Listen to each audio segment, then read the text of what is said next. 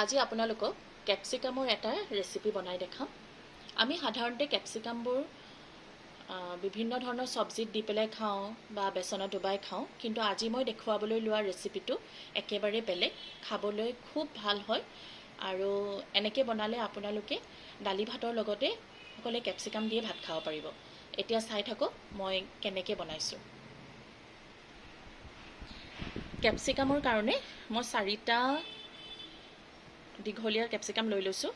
ইয়াত কেইটামান বাদাম, কেইটামান কাজু, 50 গ্ৰামমান বগা তিল আৰু 3 চামুচমান বেচন আছে। এতিয়া আপোনালোকক মই দেখুৱাম মই এইখিনি কেনেকৈ প্ৰিপেয়াৰ কৰিছোঁ, চাই থাকক। পেনখন গৰম হৈছে। এতিয়া প্ৰথমে মই তিলখিনি ভাজি ল'ম, মানে ৰোষ্ট কৰি ল'ম।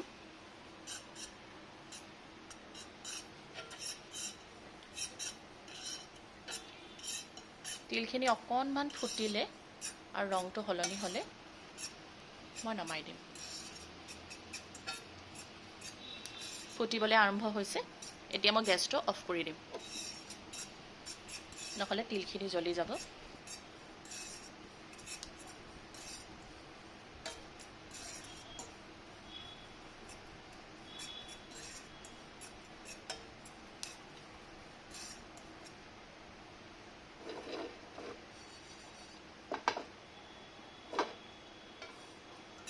এইখিনি হৈ গ'ল। এতিয়া মই এখন প্লেটত নমাই ল'ম।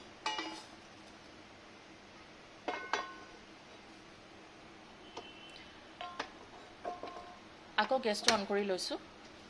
পেনখন অকণমান গৰম হওঁতেই মই ইয়াত কাজু আৰু বাদামকেইটাও দি লৈছোঁ। এইকেইটাও মই অকণমান ৰোষ্ট কৰি ল'ম।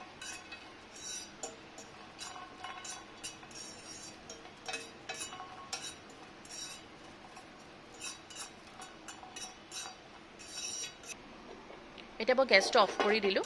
এয়া চাওক, এইখিনি ধুনীয়াকৈ ৰোষ্ট হৈ গ'ল।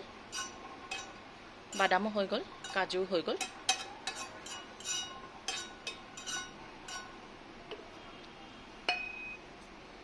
এতিয়া এইখিনিও মই এখন প্লেটত উলিয়াই অকণমান সময়ৰ কাৰণে ঠাণ্ডা হ'ব দিম আৰু বাদামৰ বাকলিখিনি গুচাই ল'ম। বাদামৰ বাকলি গুচাই ল'লোঁ। এতিয়া মই এইখিনি মিক্সিত সৰু বাতিটোত দি ল'ম। তেনেকৈ তিলখিনিও দি ল'ম।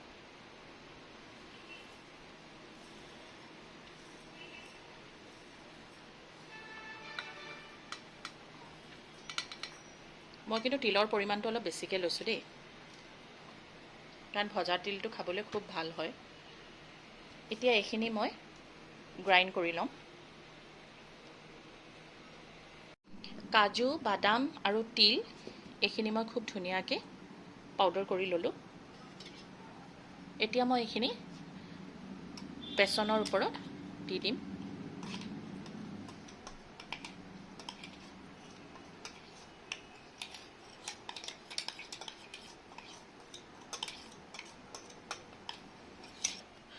এইখিনিৰ ওপৰত মই সামান্য হালধি,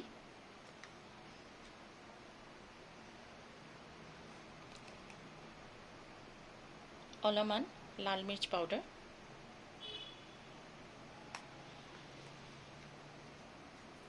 আৰু অলপ নিমখ দিব দি এইখিনি মই মিক্স কৰি ল'ম।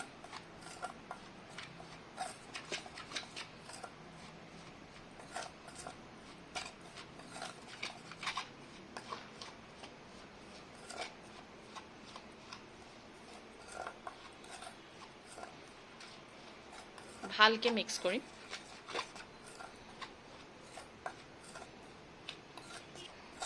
এইখিনি মোৰ মিক্স কৰা হৈ গ'ল। ইয়াত মই একদম অলপমান পানী দিম।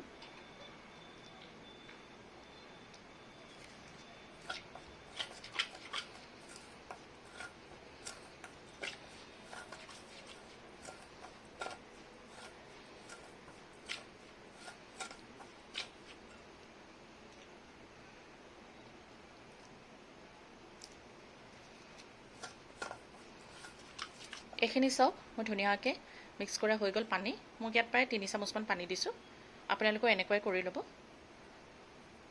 পাউডাৰতকৈ অলপমান গোটা গোটা, যাতে মই কেপচিকামকেইটাৰ ভিতৰত ভৰাবলৈ সুবিধা হয়।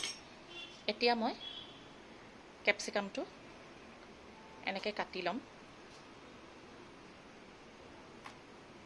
এনেকৈ মেলিম আৰু ইয়াৰ ভিতৰত মই এইটো সুমুৱাই দিম, ইয়াৰ ভিতৰত ষ্টাফ কৰি ল'ম।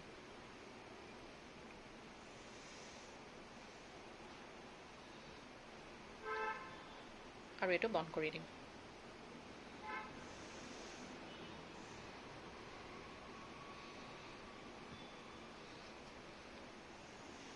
এয়া চাওক মই কেনেকৈ কৰিছোঁ। এনেকৈ কাটি ল'ব, স্লিট এটা কৰি ল'ব।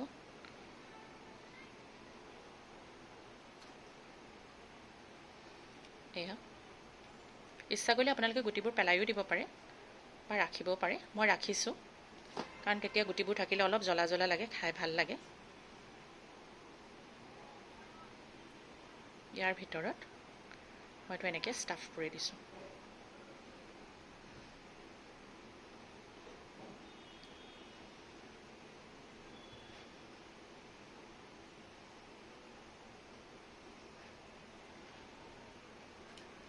এনেকৈ মই বাকী দুটা কেপচিকামো ভৰাই ল'ম। এনেকৈ মই গোটেইকেইটা কেপচিকাম ষ্টাফ কৰি ল'লোঁ। এতিয়া মই এইকেইটা চেল' ফ্ৰাই কৰিম।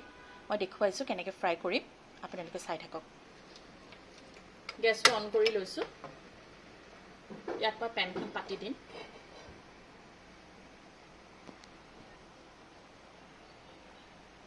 পেনখন গৰম হ'বলৈ দি মই ইয়াত সামান্য তেল দিম।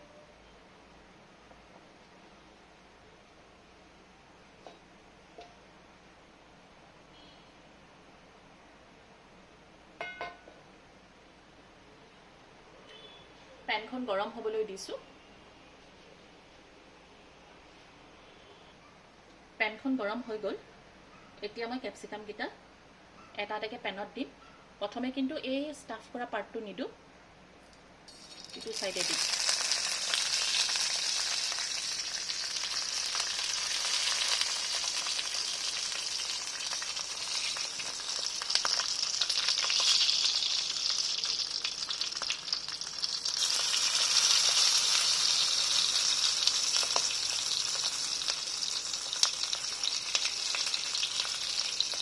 এনেকৈ মই গোটেইকেইটা কেপচিকাম দি ল'লোঁ আৰু এতিয়া গেছটো মই একদম ল' ফ্লেম কৰি দিম।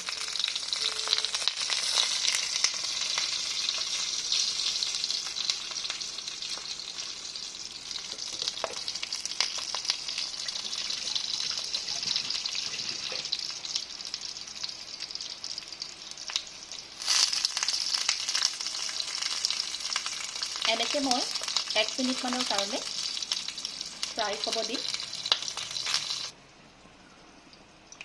এতিয়া মই এবাৰ উল্টাই দিম।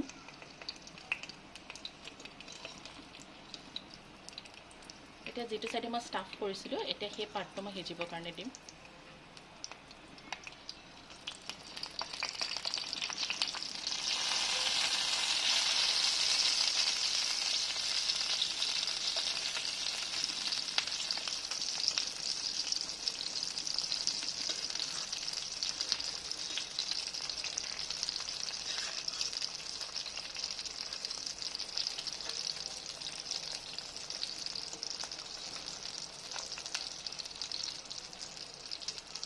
এনেকৈও মই প্ৰায় 1 পৰা 1.5 মিনিট সময় হ'বলৈ দিম আৰু জুইটো মই একেবাৰে ল' ফ্লেমত ৰাখিছোঁ।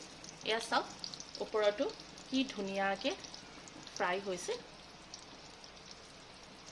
খুব ধুনীয়া এটা গোন্ধ আহিছে। গোন্ধটো যিহেতু আপোনালোকক দিব নোৱাৰিম, আপোনালোকে ঘৰত বনাই খাই চাব, তেতিয়া গম পাব। আপোনালোকক উল্টাই দেখাইছোঁ। এয়া চাওক সিজিবলৈ হৈ, এইটো চাইডেও সিজি গ'ল। যোন চাইডে মই ষ্টাফ কৰিছিলোঁ সেইফালেও সিজি গ'ল ধুনীয়াকৈ।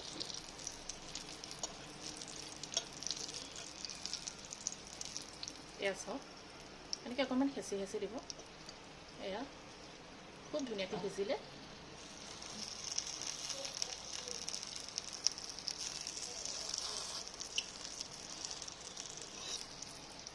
এনেকৈ আপোনালোকে দালি ভাতৰ লগত খাই চাব। লগত আৰু একোৰে প্ৰয়োজন নাই, খাবলৈ ইমানেই ভাল হয়।